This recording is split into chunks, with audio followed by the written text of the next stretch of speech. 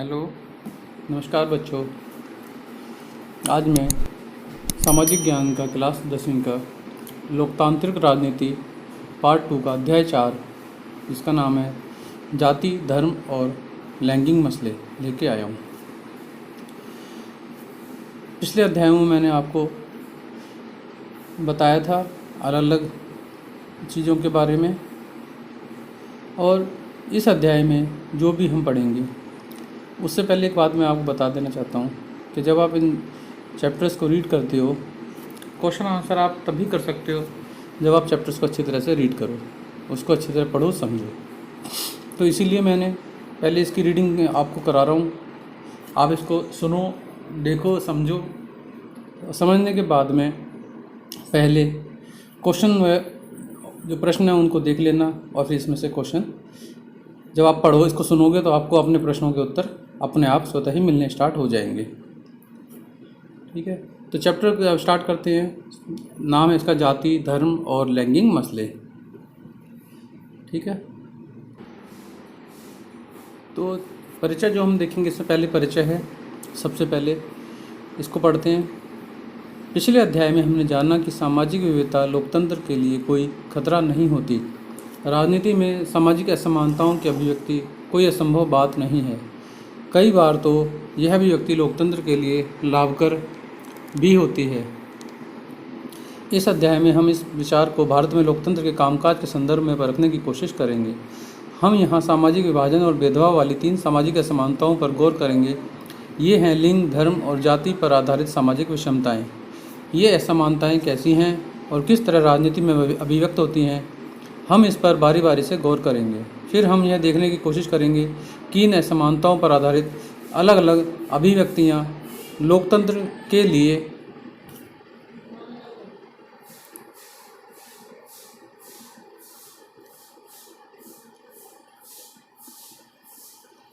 लाभकर हैं या नुकसानदेह हैं।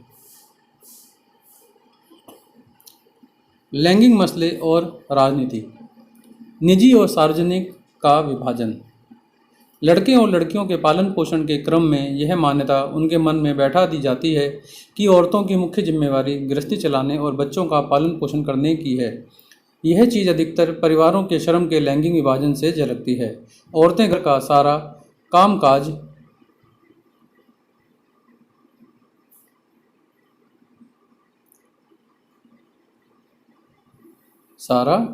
कामकाज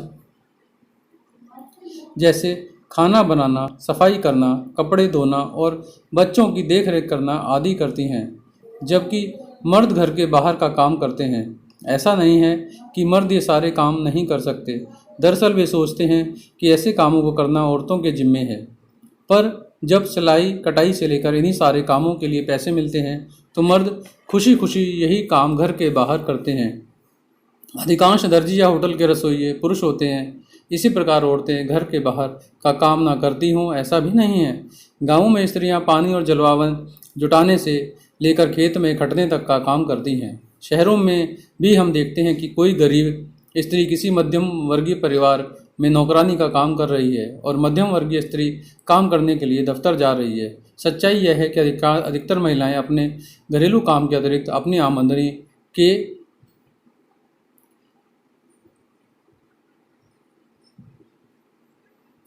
लिए कुछ न कुछ काम करती हैं, लेकिन उनके काम को ज़्यादा मूल्यवान नहीं माना जाता और उन्हें दिन रात काम करके भी उसका श्रेय नहीं मिलता। श्रम के इस तरह के विभाजन का नतीजा यह हुआ है कि औरत तो घर की चारदीवारी में सिमट के रह गई है और बाहर का सार्वजनिक जीवन पुरुषों के कब्जे में आ गया है। मनुष्य जाति की आबादी में औरतों का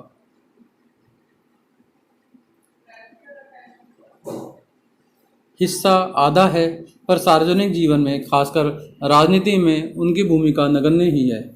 यह बात अधिकतर समाजों पर लागू होती है। पहले सिर्फ पुरुषों को ही सार्वजनिक मामलों में भागीदारी करने, वोट देने या सार्वजनिक पदों के लिए चुनाव लड़ने की अनुमति थी। धीरे धीरे राजनीति में लैंगिक मुद्दे उभरे। दुनिया के अलग अलग हिस्सों में औरतों ने अपने संगठन बनाए और बराबरी के अधिकार हासिल करने के लिए आंदोलन किए। विभिन्न देशों में महिलाओं को वोट का अधिकार प्रदान करने के लिए आंदोलन हुए। इन आंदोलनों में महिलाओं के राजनीतिक और वैधानिक दर्जे को ऊंचा उठाने और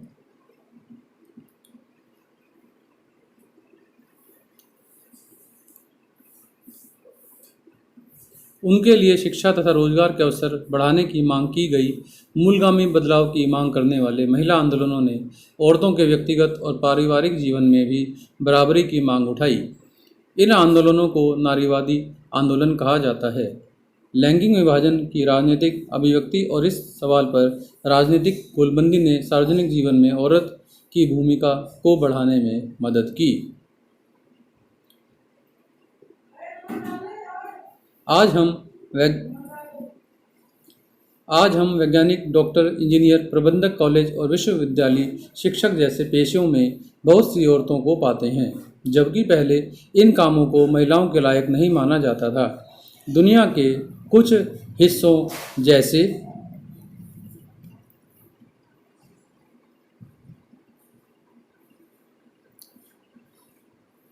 स्वीडन, नॉर्वे और फिनलैंड जैसे स्कैंडिनेवियाई देशों में सार्वजनिक जीवन में महिलाओं की भागीदारी का स्तर काफ़ी ऊंचा है।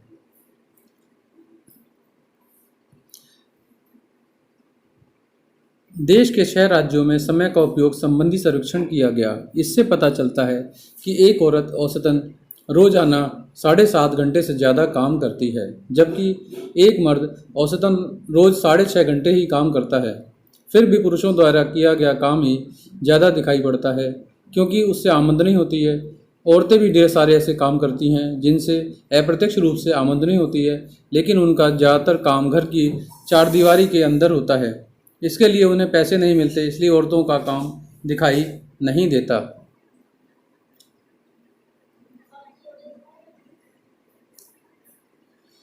समय का उपयोग बताया हुआ है इसमें दैनिक घंटे और मिनट में। जैसे आमदनी वाले काम पुरुष 6 घंटे करते हैं, महिलाएं 2 घंटे 40 मिनट करती हैं। घर के काम पुरुष आधा घंटा करते हैं, महिलाएं 5 घंटे करती हैं।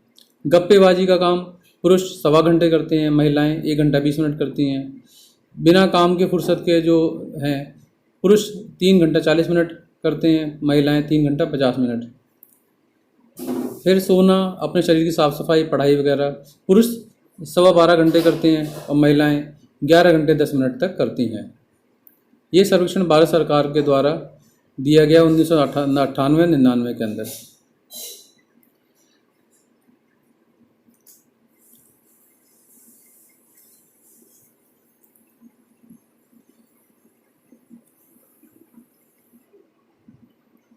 आप अपने परिवार में भी समय का उपयोग वाला सर्वेक्षण कर सकते हैं। अपने परिवार सभी वयस्क पुरुषों और महिलाओं के काम पर 1 हफ्ते तक गौर करें और यह दर्ज करते चलें कि निम्नलिखित कामों पर हर आदमी कितना समय देता है। आमदनी वाले काम दफ्तर, दुकान या कारखाना अथवा खेत वगैरह में काम, घरेलू काम, खाना बनाना, झाड़ू पोछा, बर्तन धोना, कपड़े धोना, पानी लाना, बच्चों और बूढ़ों की देखरेख करना वगैरह। पढ़ना और मनोरंजन, गपशप करना, अपने शरीर की साफ सफाई, आराम करना या सोना। जरूरी लगे तो आप नई श्रेणी भी बना सकते हैं। इसमें से हर काम में जो समय लगता है उसका हफ्ते भर का हिसाब जोड़ लें और फिर उसे 7 से भाग देकर प्रत्येक सदस्य का रोज का औसत समय निकालें। क्या आपके परिवार में भी महिलाएं पुरुषों से ज़्यादा काम करती हैं? यह आप देखिए और इसकी सूची भी बनाइए। ठीक है, तो कहने का अर्थ है कि महिलाएं भी आमदनी वाला काम करती हैं।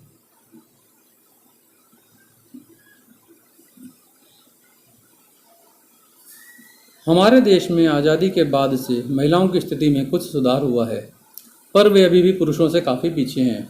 हमारा समाज अभी भी पितृ प्रधान है। औरतों के साथ अभी भी कई तरह के भेदभाव होते हैं, उनका दमन होता है। महिलाओं में साक्षरता की दर अब भी मात्र 54% है, जबकि पुरुषों में 76%।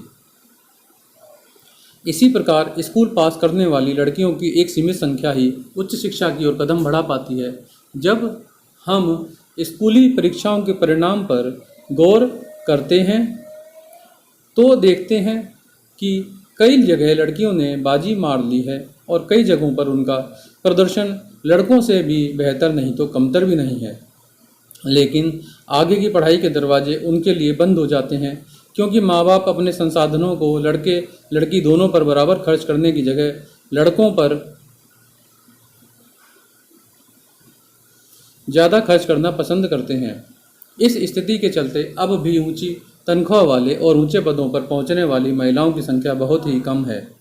भारत में औसतन एक स्त्री एक पुरुष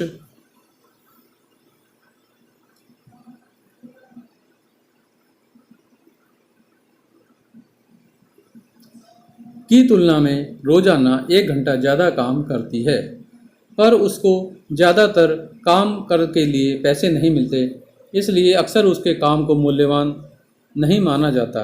समान मजदूरी से संबंधित अधिनियम में कहा गया है कि समान काम के लिए समान मजदूरी दी जाएगी।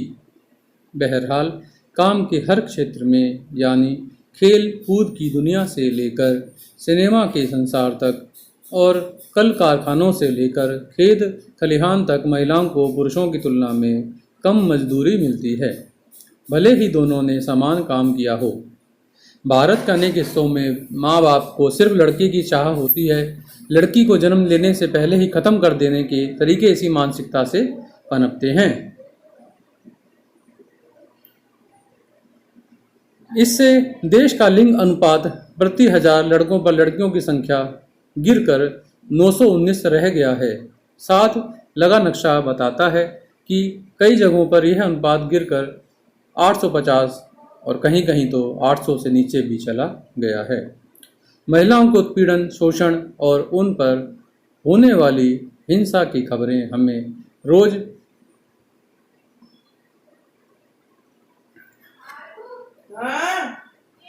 पढ़ने को मिलती हैं।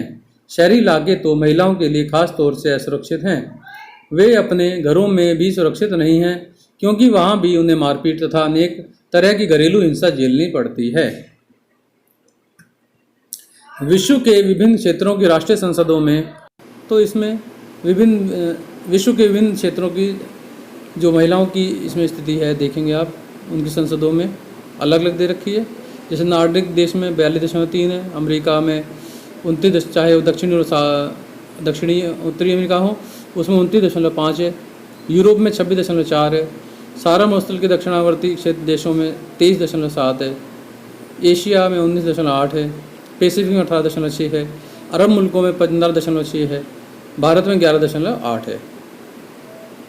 तो ये अलग अलग अनुपात दिए हुए हैं इन्होंने, जो महिलाओं की संख्या है संसदों में अलग अलग देशों की, उसमें महिलाओं की संख्या दी हुई है प्रतिशत के अंदर।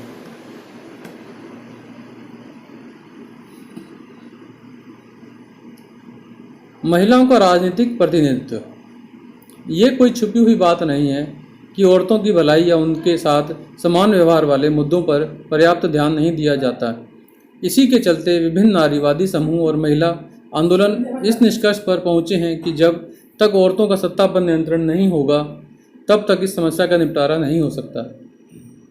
इस लक्ष्य को हासिल करने का एक तरीका यह है कि जनता द्वारा चुने हुए प्रतिनिधियों में महिलाओं की हिस्सेदारी बढ़ाई जाए। भारत की विधायिका में महिला प्रतिनिधियों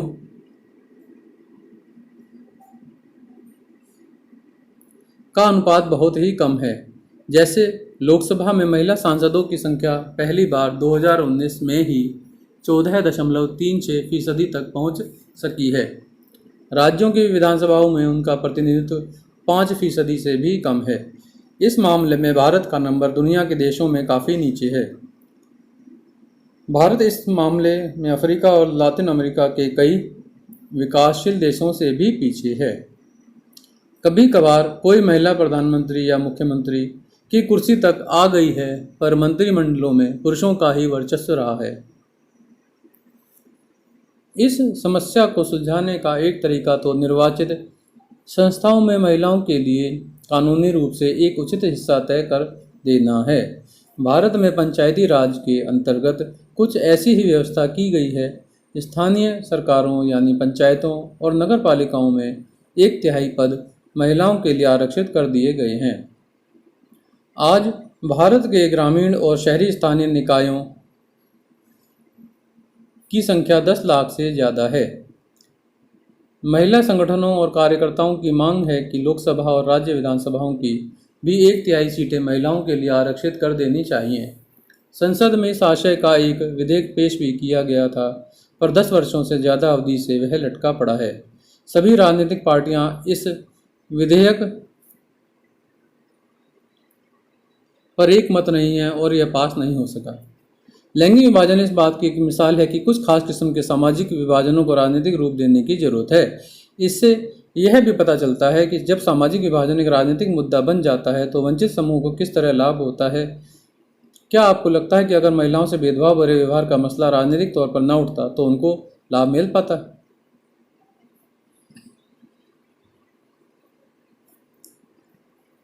धर्म, सांप्रदायिकता और राजनीति।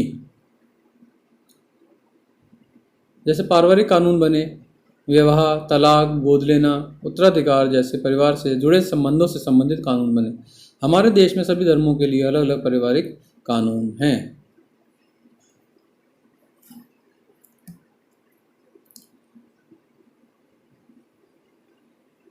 आइए अब एकदम अलग किस्म के सामाजिक विभाजन की चर्चा करें, यानी धार्मिक अंतरों पर आधारित विभाजन की। यह विभाजन लैंगिक विभाजन जैसा सार्वभौम तो नहीं है, पर विश्व में धार्मिक विभिन्नता आज बड़ी व्यापक हो चली है। भारत समेत अनेक देशों में अलग अलग धर्मों को मानने वाले लोग रहते हैं, पर जैसा कि हमने उत्तरी आयरलैंड के मामले में देखा, अगर लोग एक धर्म को माने लेकिन उनकी पूजा पद्धति और मान्यताएं अलग अलग हों तब भी गंभीर मतभेद पैदा हो जाते हैं। लैंगिक विभाजन के विपरीत धार्मिक विभाजन अक्सर राजनीति के मैदान में अभिव्यक्त होता है। जरा इन बातों पर गौर करें। गांधी जी कहा करते थे कि धर्म को कभी भी राजनीति से अलग नहीं किया जा सकता। धर्म से उनका मतलब हिंदू या इस्लाम जैसे धर्म से ना होकर नैतिक मूल्यों से था जो सभी धर्मों से जुड़े हैं। उनका मानना था कि राजनीति धर्म द्वारा स्थापित मूल्यों से निर्देशित होनी चाहिए। अपने देश के मानवाधिकार समूहों का कहना है कि इस देश में सांप्रदायिक दंगों में मरने वाले ज़्यादातर लोग अल्पसंख्यक समुदायों के हैं। उनकी मांग है कि सरकार अल्पसंख्यकों की रक्षा के लिए विशेष कदम उठाए। महिला आंदोलनों का कहना है कि सभी धर्मों में वर्णित पारिवारिक कानून महिलाओं से भेदभाव करते हैं। इस आंदोलन की मांग है कि सरकार को इन कानूनों को समतामूलक बनाने के लिए उनमें बदलाव करने चाहिए। ये सभी मामले धर्म और राजनीति से जुड़े हैं, पर ये बहुत गलत या खतरनाक भी नहीं लगते। विभिन्न धर्मों से निकले विचार, आदर्श और मूल्य राजनीति में एक भूमिका निभा सकते हैं। लोगों को एक धार्मिक आधार और मूल राजनीति में एक भूमिका निभा सकते हैं। लोगों को एक धार्मिक हो उन्हें धर्म कामकाज पर नज़र रखनी चाहिए, और अगर वह किसी के साथ भेदभाव करता है या किसी के दमन में सहयोगी की भूमिका निभाता है तो इसे रोकना चाहिए। अगर शासन सभी धर्मों के साथ समान बर्ताव करता है तो उसके ऐसे कामों में कोई बुराई नहीं है। सांप्रदायिकता समस्या तब शुरू होती है जब धर्म को राष्ट्र का आधार मान लिया जाता है। पिछले अध्याय का उत्तरी आयरलैंड का उदाहरण राष्ट्रवाद की ऐसी है अवधारणा से जुड़े खतरों को दिखाता है। समस्या तब और विकराल हो जाती है जब राजनीति में धर्म की अभिव्यक्ति एक समुदाय की विशिष्टता के दावे और पक्ष पोषण का रूप लेने लगती है तथा इसके अनुयायी दूसरे धर्मावलंबियों के खिलाफ मोर्चा खोलने लगते हैं। ऐसा तब होता है जब एक धर्म के विचारों को दूसरे से श्रेष्ठ माना जाने लगता है और कोई एक धार्मिक समूह अपनी मांगों को दूसरे समूह के विरोध में खड़ा करने लगता है। इस प्रक्रिया में जब राज्य अपनी सत्ता का इस्तेमाल किसी एक धर्म के पक्ष में करने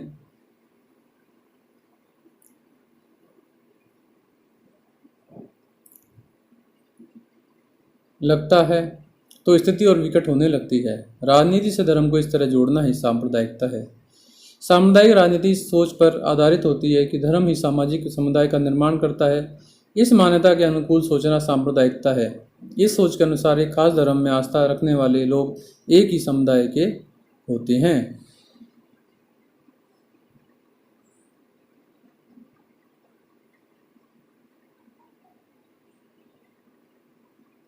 उनके मौलिक हित एक जैसे होते हैं तथा समुदाय के लोगों के आपसी मतभेद सामुदायिक जीवन में कोई अहमियत नहीं रखते। इस सोच में यह बात भी शामिल है कि किसी अलग धर्म को मानने वाले लोग दूसरे सामाजिक समुदाय का हिस्सा नहीं हो सकते। अगर विभिन्न धर्मों के लोगों की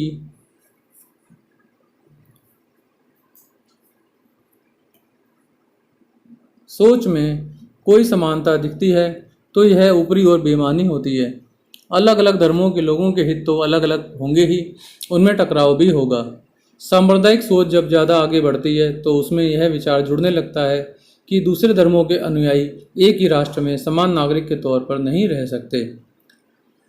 इस मानसिकता के अनुसार या तो एक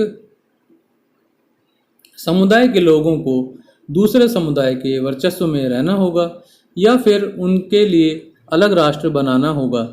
यह मान्यता बुनियादी रूप से गलत है। एक धर्म के लोगों के हित और उनकी आकांक्षाएं हर मामले में एक जैसी हों, यह संभव नहीं है।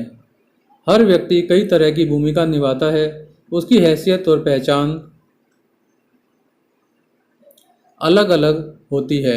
हर समुदाय में तरह तरह के विचार के लोग होते हैं, इन सभी को अपनी बात कहने का अधिकार है। इसलिए एक धर्म से जुड़े सभी लोगों को किसी गैर धार्मिक संदर्भ में एक करके देखना उस समुदाय की विभिन्न आवाज़ों को दबाना है। सांप्रदायिकता राजनीति में अनेक रूप धारण कर सकती है। सांप्रदायिकता की सबसे आम अभिव्यक्ति दैनंदिन जीवन में ही दिखती है। इनमें धार्मिक पूर्वाग्रह, धार्मिक समुदायों के बारे में बनी बनाई धारणाएं और एक धर्म को दूसरे धर्म से श्रेष्ठ मानने की मान्यताएं शामिल हैं। ये चीज़ें इतनी आम हैं कि अक्सर हम उन पर ध्यान तक नहीं देते, जबकि ये हमारे अंदर ही बैठी होती हैं। सांप्रदायिक सोच अक्सर अपने धार्मिक समुदाय का राजनीतिक प्रभुत्व स्थापित करने के फिराक में रहती है। जो लोग बहुसंख्यक समुदाय के होते हैं उनकी यह कोशिश बहुसंख्यकवाद का रूप ले लेती है। जो अल्पसंख्यक समुदाय के होते हैं उनमें यह विश्वास अलग राजनीतिक इकाई बनाने की इच्छा का रूप ले लेता है।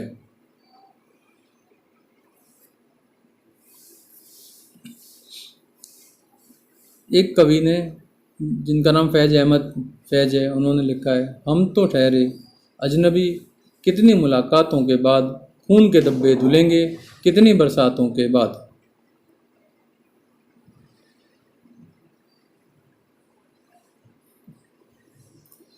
सांप्रदायिक आधार पर राजनीतिक गोलबंदी सांप्रदायिकता का दूसरा रूप है। इसमें धर्म के पवित्र प्रतीकों, धर्मगुरुओं, भावनात्मक अपील और अपने ही लोगों के मन में डर बैठाने जैसे तरीकों का उपयोग बहुत आम है। चुनावी राजनीति में एक धर्म के मतदाताओं की भावनाओं या हितों की बात उठाने जैसे तरीके अक्सर अपनाए जाते हैं। कई बार सांप्रदायिकता सबसे गंदा रूप लेकर संप्रदाय के आधार पर हिंसा, दंगा और नरसंहार कराती है। विभाजन के समय भारत और पाकिस्तान में भयावह सांप्रदायिक दंगे हुए थे। आज़ादी के बाद भी बड़े पैमाने पर सांप्रदायिक हिंसा हुई है। धर्मनिरपेक्ष शासन। सांप्रदायिकता हमारे देश के लोकतंत्र के लिए एक बड़ी चुनौती रही है। हमारे संविधान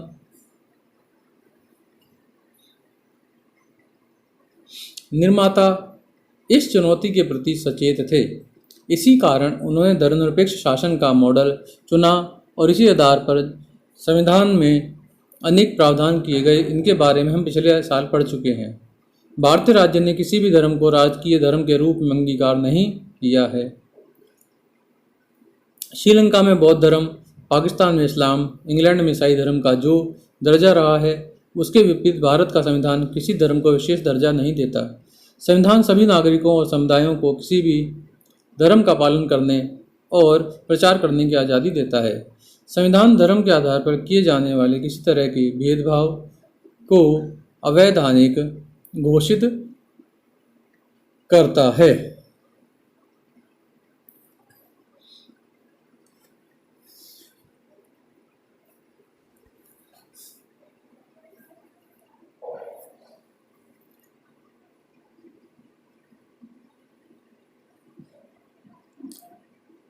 इसके साथ ही संविधान धार्मिक समुदायों में समानता सुनिश्चित करने के लिए शासन को धार्मिक मामलों में दखल देने का अधिकार देता है, जैसे यह छूआछूत की इजाज़त नहीं देता।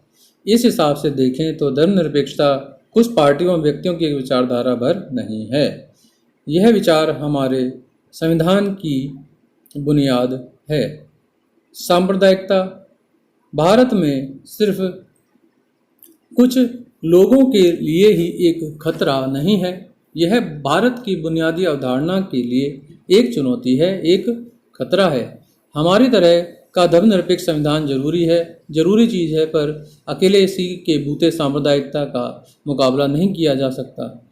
हमें अपने दैनंदिन जीवन में सांप्रदायिक पूर्वाग्रहों और दुष्प्रचारों का मुकाबला करना होगा और तथा धर्म पर आधारित गोलबंदी का मुकाबला राजनीति के दायरे में करने की जरूरत है। हमने राजनीति में सामाजिक विभाजन की दो अभिव्यक्तियां देखी। इनमें एक मोटे तौर पर सकारात्मक या लाभदायक है, तो दूसरी नकारात्मक या नुकसानदेह। आइए अब अंतिम प्रमुख विभाजन यानी जाति राजनीति की चर्चा करें। इसके सकारात्मक और नकारात्मक दोनों ही पक्ष हैं। जातिगत असमानताएं।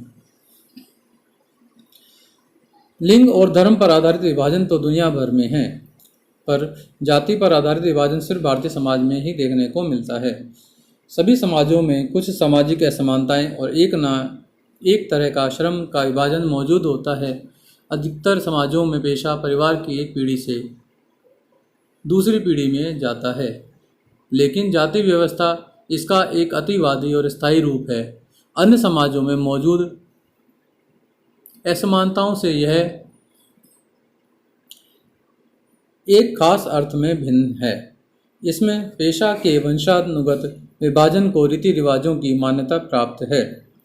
एक जाति समूह के लोग एक या मिलते जुलते पेशों के तो होते ही हैं, साथ ही उन्हें एक अलग सामाजिक समुदाय के रूप में भी देखा जाता है। उनमें आपस में ही बेटी रोटी अर्थात शादी और खान पान का संबंध रहता है। अन्य जाति समूहों में उनके बच्चों की न तो शादी हो सकती है और ना ही वे महत्वपूर्ण पारिवारिक और सामुदायिक आयोजनों में उनकी पांत में बैठकर दूसरी जाति के लोग भोजन कर सकते हैं। वर्ण व्यवस्था अन्य जाति समूहों से भेदभाव और उन्हें अपने से अलग मानने की धारणा पर आधारित है। इसमें अत्यंत जातियों के साथ छुआछूत का व्यवहार किया जाता था। इसकी चर्चा हमने 9वीं कक्षा में की थी। यही कारण है कि ज्योतिबा फुले, महात्मा गांधी, डॉक्टर अंबेडकर और पेरियार रामास्वामी नायकर जैसे राजनेताओं और सामाजिक सुधारकों ने जातिगत भेदभाव से मुक्त समाज व्यवस्था बनाने की बात की और उसके लिए काम किया।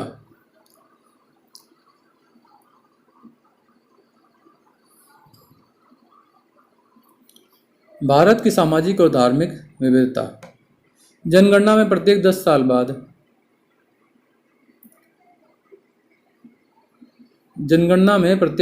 बाद सभी नागरिकों के धर्म को भी दर्ज किया जाता है। जनगणना विभाग के आदमी घर घर जाकर लोगों से उनके बारे में सूचनाएं जुटाते हैं। धर्म समेत सभी बातों के बारे में जो कुछ बताते हैं ठीक वैसा ही फॉर्म में दर्ज किया जाता है। अगर कोई कहता है कि वह नास्तिक है या किसी धर्म को नहीं मानता है तो फॉर्म में भी इस वैसे ही दर्ज कर दिया जाता है। इस कारण देश में विभिन्न धर्मों को मानने वाले लोगों की संख्या और उनके अनुपात में आए किसी बदलाव के बारे में हमारे पास विश्वसनीय सूचनाएं हैं। नीचे दिए गए पाई चार्ट से देश के 6 प्रमुख धार्मिक समुदायों का आबादी के अनुपात का पता चलता है। आज़ादी के बाद से प्रत्येक धार्मिक समुदायों की आबादी तो काफ़ी बढ़ी है, पर कुल आबादी में उनका ज़्यादा नहीं बदला है। प्रतिशत के हिसाब से देखें तो 1961 के बाद से हिंदू, जैन और ईसाई समुदाय का हिस्सा मामूली रूप से घटा है, जबकि मुसलमान, सिख और बौद्धों का हिस्सा मामूली रूप से बढ़ा है। एक आम लेकिन भ्रांत धारणा यह है कि देश की आबादी में मुसलमानों का प्रतिशत इतना बढ़ जाएगा कि दूसरे धार्मिक समुदाय उसके पीछे हो जाएंगे। प्रधानमंत्री द्वारा नियुक्त उच्च स्तरीय समिति, जिसे सच्चर समिति के नाम से जाना गया, के आकलन से स्पष्ट होता है कि मुस्लिम आबादी का अनुपात थोड़ा जरूर बढ़ेगा, लेकिन अगले 50 सालों में भी यह बढ़ावर 3-4% तक ही रहेगी। इससे साबित होता है कि एक व्यापक फलक पर विभिन्न धार्मिक समुदायों के अनुपात में कोई बड़ा उलटफेर नहीं होने वाला। यही बात प्रमुख जाति समूहों पर भी लागू होती है। जनगणना में सिर्फ 2 विशिष्ट समूहों अनुसूचित जाति और अनुसूचित जनजातियों की गिनती अलग से दर्ज की जाती है। इन दोनों बड़े समूहों में ऐसी सैकड़ों जातियां और आदिवासी समूह शामिल हैं जिनके नाम सरकारी अनुसूची में दर्ज हैं।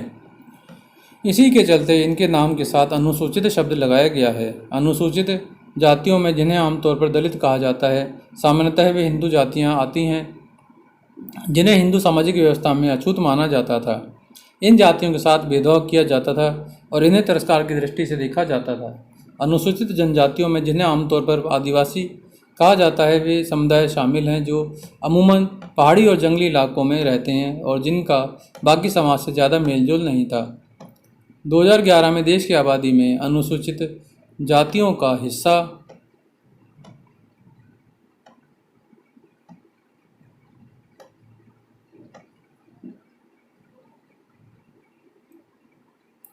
अनुसूचित जातियों का हिस्सा 16.6% और अनुसूचित जनजातियों का हिस्सा 8.6% था। जनगणना में अभी तक अन्य पिछड़ी जातियों की गिनती नहीं की जाती। इनकी चर्चा हमने 9वीं कक्षा में की थी। पूरे देश में इनकी आबादी कितनी है, इस बात को लेकर कोई एक स्पष्ट अनुमान नहीं है। राष्ट्रीय नमूना सर्वेक्षण 2004-05 का अनुमान है कि इनकी आबादी करीब 41% है।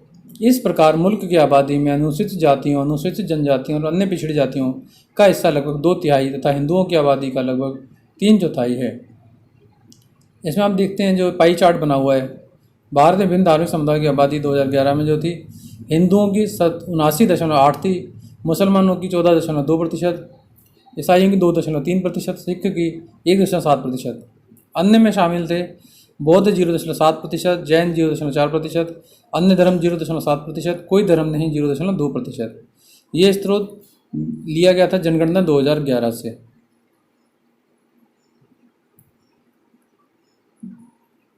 तो इसमें आप लोग भारत में जो आबादी का प्रतिशत है उसको आप देखते हैं, ठीक है।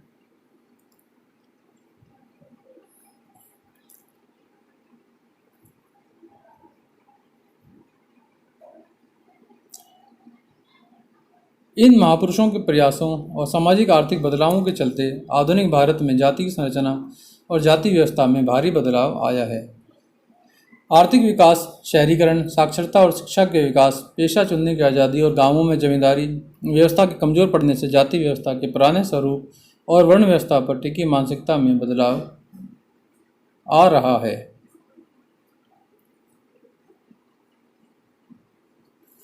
शहरी इलाकों में तो अब ज़्यादातर इस बात का कोई हिसाब नहीं रखा जाता कि ट्रेन या बस में आपके साथ कौन बैठा है या रेस्तरों में आपके मेज़ पर बैठकर खाना खा रहे आदमी की जाति क्या है। संविधान में किसी भी तरह के जातिगत भेदभाव का निषेध किया गया है। संविधान ने जाति व्यवस्था से पैदा हुए अन्याय को समाप्त करने वाली नीतियों का आधार तय किया है। अगर 100 साल पहले का कोई व्यक्ति एक बार फिर भारत लौटकर आए तो यहाँ हुए बदलावों को देखकर हैरान रह जाएगा। बहरहाल समकालीन भारत से जाति प्रथा विदा नहीं हुई है। जाति व्यवस्था के कुछ पुराने पहलू अभी भी बरकरार हैं। अभी भी ज़्यादातर लोग अपनी जाति या कबीले में भी शादी करते हैं। स्पष्ट संविधान प्रावधानों के बावजूद छुआछूत की प्रथा अभी पूरी तरह समाप्त नहीं हुई है। जाति व्यवस्था के अंतर्गत सदियों से कुछ समूहों को लाभ की स्थिति में तो कुछ समूहों को दबाकर रखा गया है। इसका प्रभाव सदियों बाद आज तक नज़र आता है। जिन जातियों में पहले से ही पढ़ाई लिखाई का चलन मौजूद था और जिनकी शिक्षा पर पकड़ थी, आधुनिक शिक्षा व्यवस्था में भी उन्हीं का बोलबाला है। जिन जातियों को पहले शिक्षा से वंचित रखा जाता था, उनके सदस्य अभी भी स्वाभाविक तौर पर पिछड़े हुए हैं। यही कारण है कि शहरी मध्यम वर्ग में अगड़ी जाति के लोगों का अनुपात असामान्य रूप से काफ़ी ज़्यादा है। जाति और आर्थिक हैसियत में काफ़ी निकट का संबंध है। जातिगत असमानताएं शीर्षक बॉक्स देखें। राजनीति में जाति, साम्प्रदायिकता की तरह जातिवाद भी इस मान्यता पर आधारित है कि जाति ही सामाजिक समुदाय के गठन का एकमात्र आधार है। इस चिंतन पद्धति के अनुसार एक जाति के लोग एक स्वाभाविक सामाजिक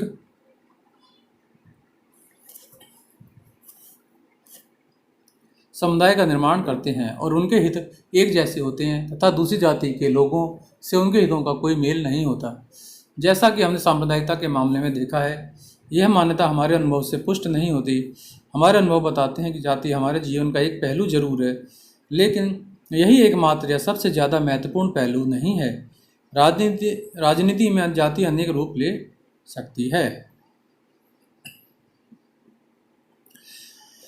जब पार्टियां चुनाव के लिए उम्मीदवारों के नाम तय करती हैं तो चुनाव क्षेत्र के मतदाताओं की जातियों का हिसाब ध्यान में रखती हैं ताकि उन्हें चुनाव जीतने के लिए ज़रूरी वोट मिल जाएं। जब सरकार का गठन किया जाता है तो राजनीतिक दल इस बात का ध्यान रखते हैं कि उसमें विभिन्न जातियों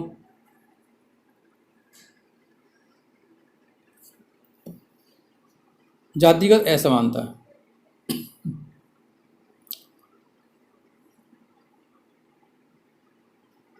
आर्थिक असमानता का एक महत्वपूर्ण आधार जाति भी है, क्योंकि इसमें विभिन्न संसाधनों तक लोगों की पहुंच निर्धारित होती है।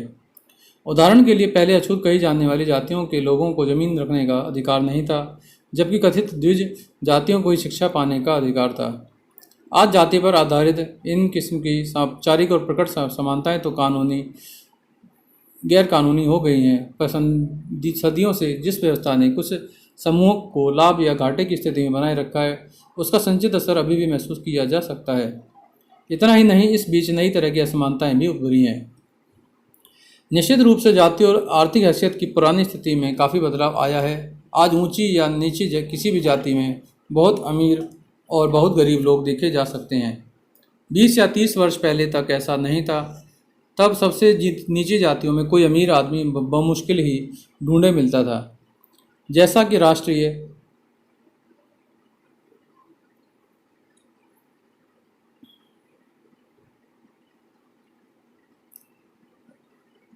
नमूना सर्वेक्षण से स्पष्ट है, आज भी जाति आर्थिक हैसियत के निर्धारण में बहुत महत्वपूर्ण भूमिका निभाती है। औसत आर्थिक हैसियत, जिसे मासिक खर्च जैसे हिसाबों से मापा जाता है, अभी भी वर्ण व्यवस्था के साथ गहरा संबंध दर्शाती है। यानी ऊंची जाति के लोगों की आर्थिक स्थिति सबसे अच्छी है, दलित तथा आदिवासियों की आर्थिक स्थिति सबसे खराब है, जबकि पिछड़ी जातियां बीच की स्थिति में हैं। हर जाति में गरीब लोग हैं, पर भारी दरिद्रता में सरकारी गरीबी रेखा के नीचे जीवन बसर करने वालों में ज़्यादा बड़ी संख्या सबसे निचली जातियों के लोगों की है। ऊंची जातियों में गरीबों का प्रतिशत सबसे कम है। इस मामले में पिछड़ी जातियों के लोग बीच की स्थिति में हैं। आज सभी जातियों में अमीर लोग हैं और यहाँ भी ऊंची जाति वालों का अनुपात बहुत ज़्यादा है, निचली जातियों का बहुत कम।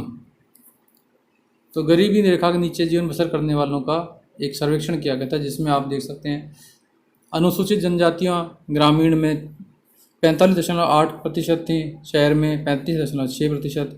अनुसूचित जातियाँ 35.9% थी, शहरों में 38.3%। अन्य पिछड़ी जातियाँ ग्रामीण में गांवों में 27% थीं और शहरों में 29.5%। मुसलमान अगड़ी जातियाँ 26.8% थी, शहरों में 34.2%। हिंदू अगड़ी जातियाँ 11.7% थी, शहरों में 9.9%। ईसाई अगड़ी जातियाँ 9.6 थी, ग्रामीण में, शहरों में 5.4। ऊंची जाति के सिख शहर ग्रामीण में तो नहीं थे, पर शहरों में थे। तो इस तरीके से आप इसमें अलग अलग प्रकार के देख सकते हैं। राजनीतिक पार्टियां और उम्मीदवार समर्थन हासिल करने के लिए जातिगत भावनाओं को उकसाते हैं।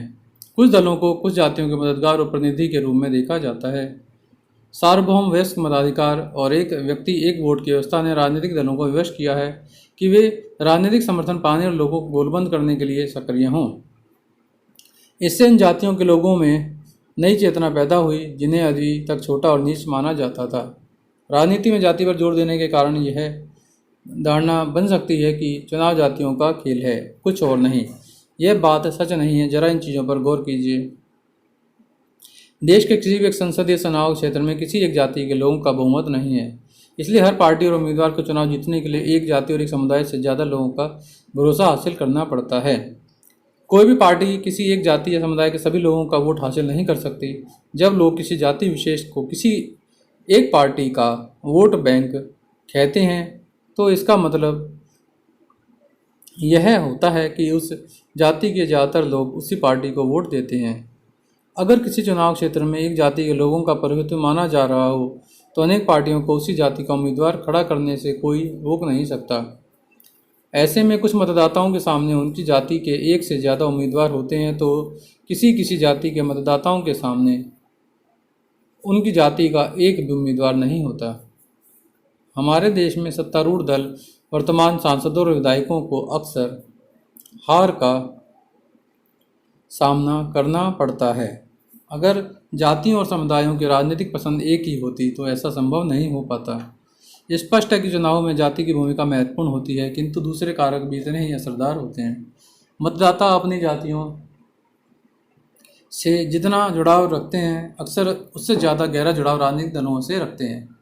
एक जाति या समुदाय के भीतर भी अमीर और गरीब लोगों के हित अलग अलग होते हैं। एक ही समुदाय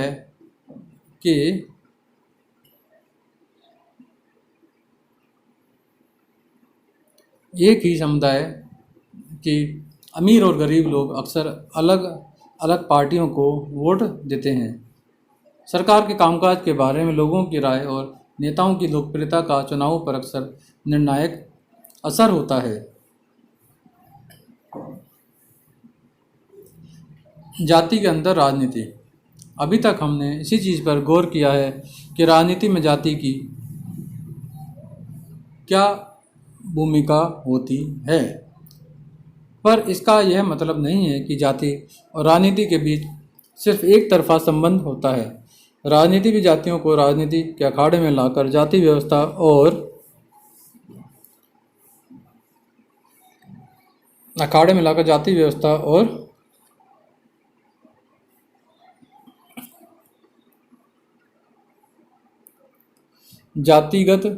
जातिगत पहचान को प्रभावित करती है। इस तरह सिर्फ राजनीति ही जातिग्रस्त नहीं होती, जाति भी राजनीतिग्रस्त हो जाती है।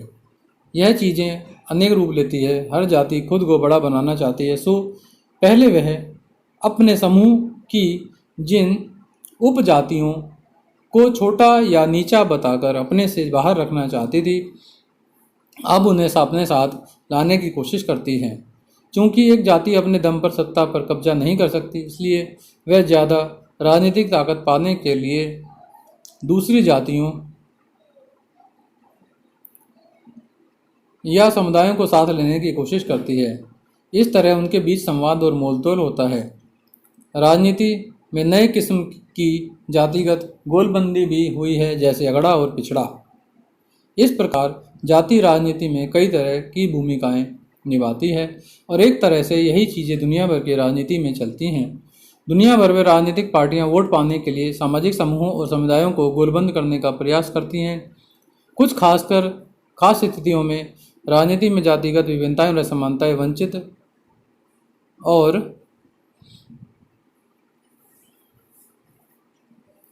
कमज़ोर समुदायों के लिए अपनी बातें आगे बढ़ाने और सत्ता में अपनी हिस्सेदारी मांगने की गुंजाइश भी पैदा करती हैं। इस अर्थ में जातिगत राजनीति ने दलित और पिछड़ी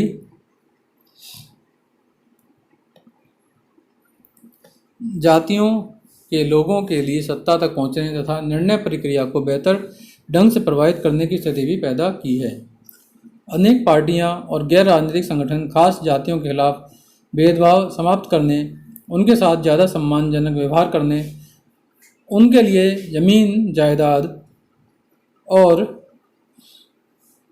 अवसर उपलब्ध कराने की मांग को लेकर आंदोलन करते रहे हैं। पर इसके साथ ही यह भी सच है कि सिर्फ जाति पर जोर देना नुकसानदेह हो सकता है। जैसा कि धर्म के मसले से स्पष्ट होता है, सिर्फ जातिगत पहचान पर आधारित राजनीति लोकतंत्र के लिए शुभ नहीं होती। इससे अक्सर गरीबी, विकास, भ्रष्टाचार जैसे ज़्यादा बड़े मुद्दों से लोगों का ध्यान भी भटकता है। कई बार जातिवाद तनाव, टकराव और हिंसा को भी बढ़ावा देता है।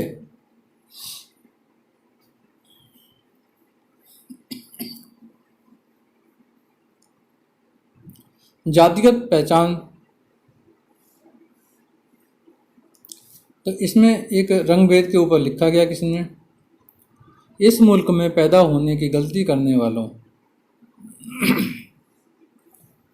चले जाते हैं जो विदेश बोलते हैं, पराई भाषा पहनते हैं, अजनबी पोशाक,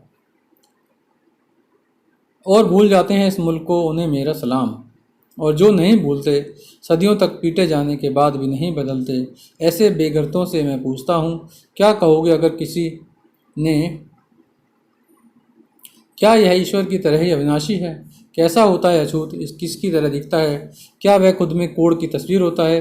या फिर धर्माधीशों का दुश्मन?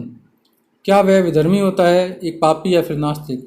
बताओ मुझे, क्या जवाब होगा तुम्हारा? क्या तुम गैर हिचकिचाए कह सकोगे मैं हूँ अछूत? इसी से मैं कहता हूँ, इस मुल्क में पैदा होने की गलती करने वालों, तुम्हें अब गलती सुधारनी होगी। या तो देश छोड़ो या युद्ध करो।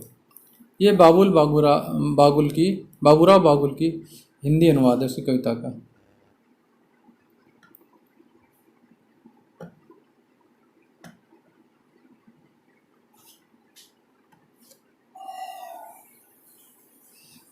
तो इस तरह से हम ये देखते हैं कि आपने जाति धर्म और लैंगिक मसले जो अध्याय 4 में अभी आपने पढ़ाई करी, इनमें इस अध्याय को आप बार बार सुनो, देखो, पढ़ो, और इसके ज़रिए अपनी, अगर जो बच्चे जिनकी हिंदी कमज़ोर हो वे भी अपनी हिंदी को सुधार कर सकते हैं।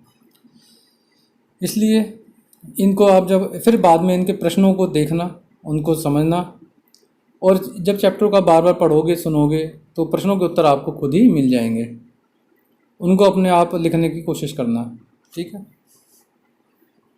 आप मेरी वीडियोज़ को पाने के लिए सब्सक्राइब करें, शेयर करें और चैनल को लाइक करें। ठीक है। और वीडियो देखने के लिए सभी बच्चों का धन्यवाद।